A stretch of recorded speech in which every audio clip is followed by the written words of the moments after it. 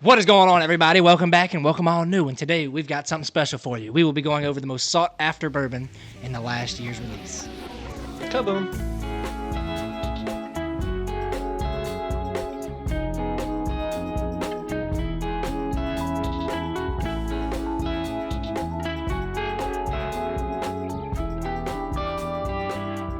Everybody stay blessed and stay up.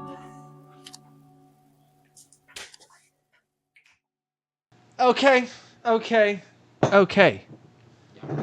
Everybody, as Aaron said, most sought after bottle in the last year.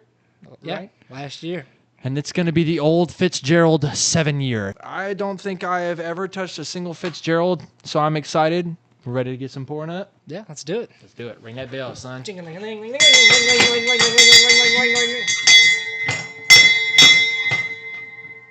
So this bottle here, when it first came out in June or July of last year, you could not find it nowhere. Yeah. This is not an allocated bottle. This is not something that should be hard to find. It's a shelfer. Okay. It's a very pretty shelfer, but could not find it. I finally found it in store in around December of last year, and the shit was stupid high. I can get it for $60 at Walmart now, and this John was like $120. So we're going to go ahead and get into this thing a little bit. Bon Jovi. Great smell. Bon Jovi. Fantastic, dude. I think so. Smells great. Johnny Fitzgerald. Dude was an interesting character, if you will. Was not actually the distiller for this brand here. He was actually just a Treasury bonded agent, which is very different for titles on bottles, so on and so forth. Yeah, this guy was a fucking scumbag. This guy was trusted to watch the rick houses for Old Judge Distillery. And every night he'd go in, sample whatever barrel he wanted, and stole the whole barrel of the best bottle.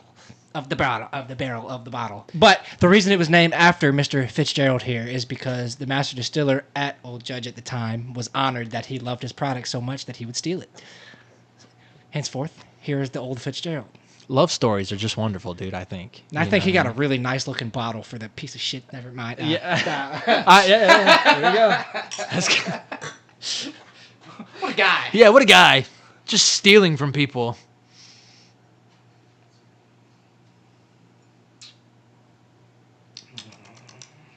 It smells rye.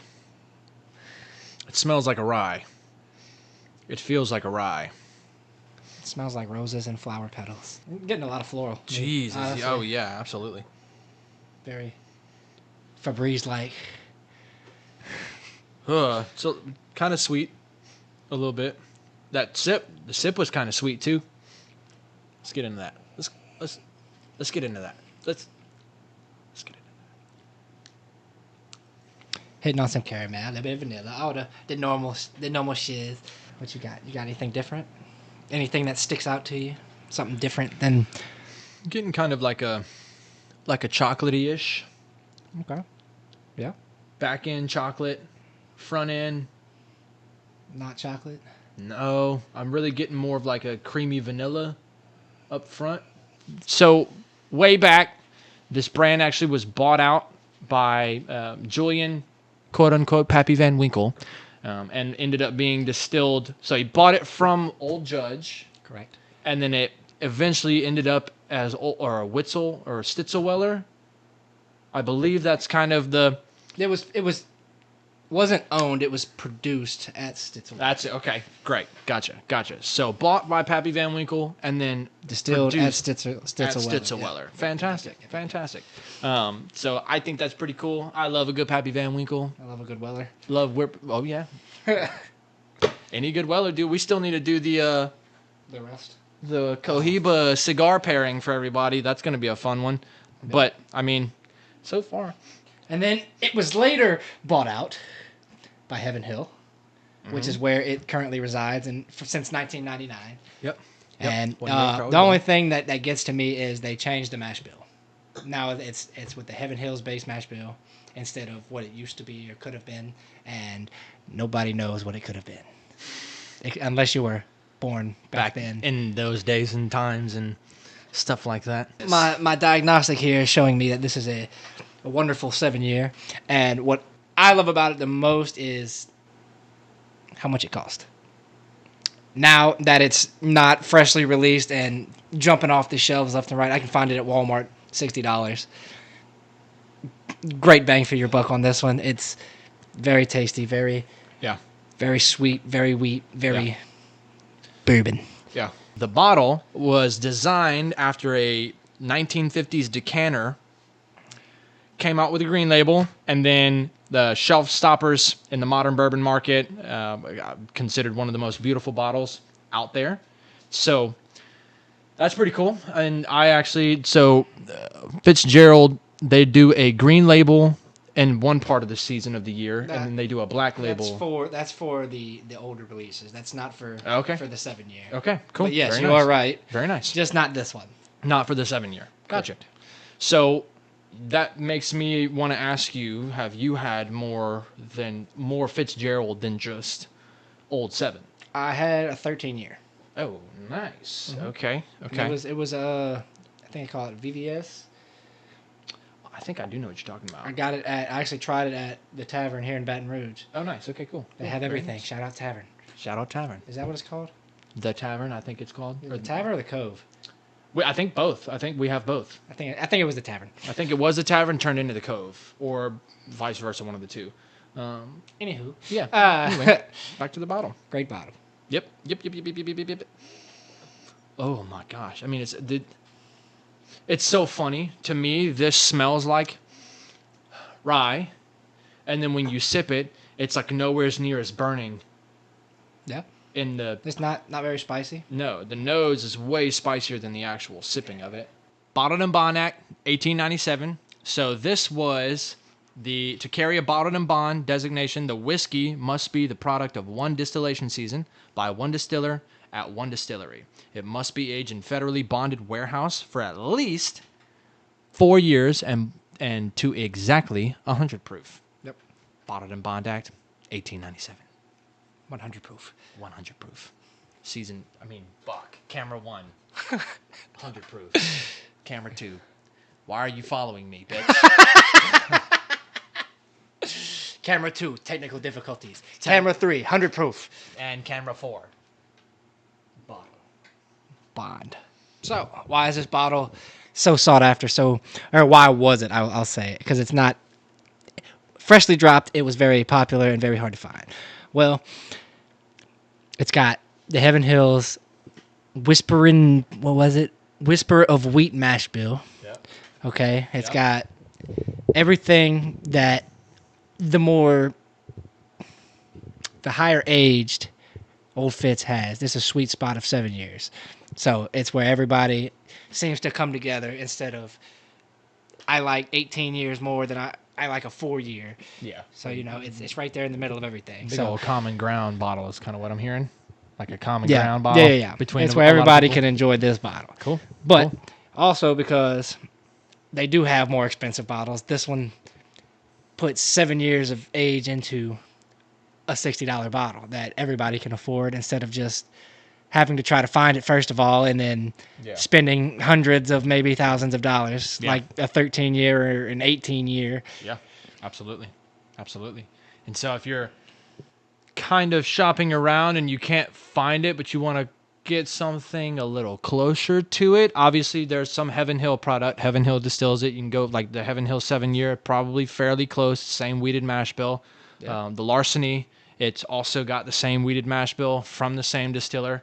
Pretty close to that great as well. Larceny is a good bottle. One of my favorites. So the Heaven Hill Bottled and Bond 7 year, you're kind of almost there. Yeah, you're 85, 90% of the way to this. You might have to try that out. Yeah, dude. I'd actually be down for that. Maker's Mark, the cash strength, is a wheated mash bill. It's just similar. It's not from the same distillery or anything like that, but it's a close bottle to compare to. They have the Rebel 10 year single barrel that you can go get, kind of sort of similar, same deal. If you can't find this, those are just some bottles to look for to get close to it. And then when you find it, go get it for yourself because this is freaking fantastic. That's what I have to say.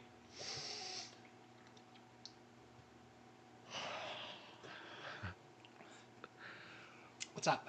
What happened? Where did you get that from, dude? Where did you get that from? That was hilarious, dude. That Surprise. was perfect, dude. Holy shit, that was so good. I just looked over and Buddy's halfway through a full tequila shot. Shit burns so bad. Mi Familia. If you haven't seen it, go check out our Mi Familia episode. It's in our channel somewhere. We'll put that right there. So, but I mean, look, guys, this is kind of my deal. This is fantastic. My apologies for thinking it was a rye because it's got that spice to the nose part. But man, once you kind of let me know it was more of a weeded deal than anything, made sense when the sipping happened. Yeah. So, I mean, you guys go get it. Go try it. Let us know what you think. Yeah. Let us know what you want us to try. Yeah. Give us some ideas because we're just picking off my shelf right now for the most part. Yeah. We're just going with what we got until you guys start offering us a little bit more of a selection to choose from. Yeah. So give us, and then when you do get some of this, come back to this video and let us know what you think about this one in the comments. That's why we would love to see that. See who thinks the same and kind of who thinks we're absolutely wrong, or who finds this. Give us some criticism To be like the Dancing Panda on how we feel about the Dancing Panda 10 year. Yeah. I would love to see if there's anybody who thinks that way about this, because it'd be fucking hard to find somebody like that. Go ahead and try it and tell me it's ass. Dancing Panda, bitches. I'll never get over that bottle. So bad, dude. So bad. But guys, I think that concludes our episode for today. Old Fitzgerald. So, Aaron, I want you to kind of explain what's going on in the back for the next episode here. Oh, yeah. So, next episode, I figured we've been doing nothing but allocations or expensiver bottles or even new releases. Well, these 3 bottles come all from smaller distilleries, but the thing about them is they all come from a different part of the country. One's from West Coast, one's from New York, and one's from right next to us in Alabama. So we're going to see how location will affect taste and just throw a shout out to the small distilleries. Yeah, dude. Give them the praise they deserve. Credit where credit is due, I think. That is a strong belief for me. Credit where credit is due, my friends. Yeah. Give credit to people. I think that concludes today's episodes, guys. So, as always, thank y'all so much for joining with us. Let us know what you think. So on and so forth. Hit the like. Hit the subscribe. Hit that thingy over there. And ding, ding, ding, ding, ding, ding. So that way you know when me and him post new stuff. Us. Simple as that. And don't forget, meet us at the barrel for the Infinity Pour. Always remember that. Second off, we have a cool announcement. So we are going to be bringing something kind of a little bit more chaotic to you guys, and it's pretty fun. We have some of it done already, and there's going to be a little bit more coming out to this. But we are going to be calling it the Brown Water Pregame Series. Yeah. And so that's going to be more of just general fun drinking games and kind of a less formal setting. It's just we getting fucked up. That right there. So stay tuned for that. Those will start popping up on Fridays. And I think we have 2 done already that will start getting out. And our producer's a beast. He's working on those, and he's got a lot going on. You guys give him some praise in the comments. He's got some help as well, but make sure you shout our producer out, man, because he's a beast. So other than that, we'll see you guys at the barrel. Peace out. Much love. God bless. Stay Jesus.